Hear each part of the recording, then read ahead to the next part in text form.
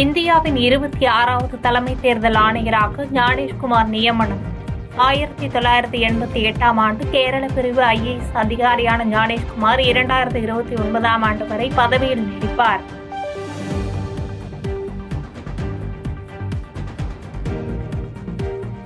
புதிய சட்டத்தின்படி நியமனக்குழு அமைக்கப்பட்ட பின்பு தேர்வு செய்யப்பட்ட முதல் தலைமை தேர்தல் ஆணையர் ஞானேஷ்குமார் முதன்முறையாக உச்சநீதிமன்ற தலைமை நீதிபதி இல்லாத குழு மூலம் தேர்வு.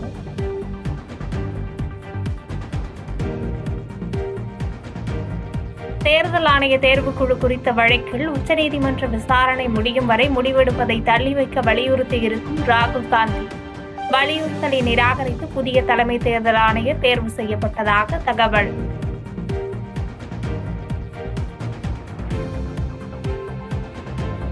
கல்வி நிதி விவகாரத்தில் திமுக மற்றும் தோழமை கட்சிகள் இணைந்து இன்று கண்டன ஆர்ப்பாட்டம் அறிவிப்பு. தமிழ்நாட்டின் உரிமைகளை மீட்போம் என அறைகூவல்.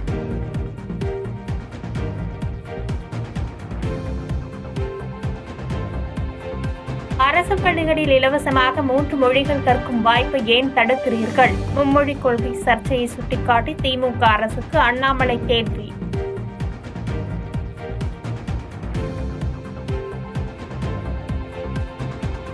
ஸ்டாலின் மாடல் ஆட்சியில் காவல்துறை விசாரணை என்பதே விந்தையாக மாறிவிட்டதாக எதிர்க்கட்சித் தலைவர் எடப்பாடி பழனிசாமி விமர்சனம். நெல்லையில் மாணவன் மர்மமாக உயிரிழந்த நிலையில் எறும்பு கடித்ததால் ரத்தம் வந்திருக்கலாம் என விளக்கத்தை சுட்டிக்காட்டி எக்ஸ் தளத்தில் பதிவு.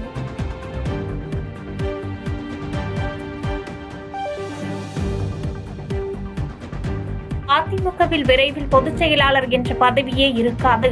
தொண்டர் ஒருவர்தான் ஒருங்கிணைப்பாளராக வருவார் என்று முன்னாள் முதலமைச்சர் ஓ பன்னீர்செல்வம் கணிப்பு.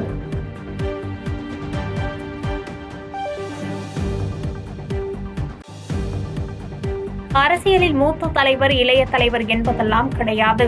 அதிமுகவில் தாம் சாதாரண தொண்டன் என்றும் EPS பாராட்டு விழாவை புறக்கணிக்கவில்லை என்றும் செங்கோட்டையன் விளக்கம். இல்லை, என்ன மூத்த தலைவர் எதனா சொல்ல முடியாதுல்ல. அரசியல் கட்சியில் மூத்த தலைவர் இளைய தலைவர்கள்லாம் கிடையாதுங்க. இதில் அமைதியாக அவன் வேலையை பார்த்துட்டு இருந்தால் நல்லது. எனக்கு எப்படின்னா கேட்க வேண்டிய கேள்வி பொதுச்செயலாளர்கிட்ட என்கிட்ட கேட்டிங்கன்னா நான் ஒரு சாதாரண தொண்டன். ஆவின் நிறுவனத்தில் வேலை வாங்கி தருவதாக கூறி பண மோசடி செய்து குற்றச்சாட்டு. உயர்நீதிமன்ற உத்தரவின் அடிப்படையில் அதிமுக முன்னாள் அமைச்சர் ராஜேந்திர பாலாஜி மீது CBI வழக்கு பதிவு.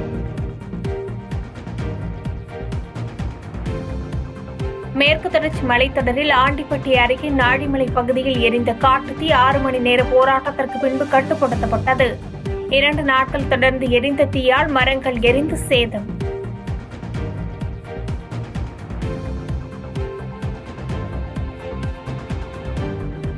கோவை வடவள்ளியில் பாதாள சாக்கடை குழாய் அமைக்கும் பணியின் போது மண் சரிவு.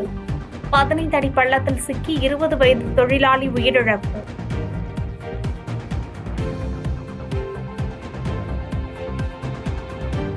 காரைக்காலில் மஸ்தான் சாஹிப் வலியுல்லா தர்காவில் 202ஆம் ஆண்டு சந்தனக்கூடு விழா.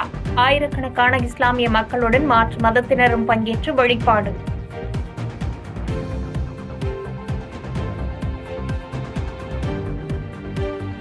பிரதமர் அழைப்பின் பேரில் இந்தியாவுக்கு வருகை தந்தார் கத்தார் இளவரசர். விமான நிலையத்திற்கு நேரில் சென்று மன்னரை வரவேற்ற பிரதமர் மோடி.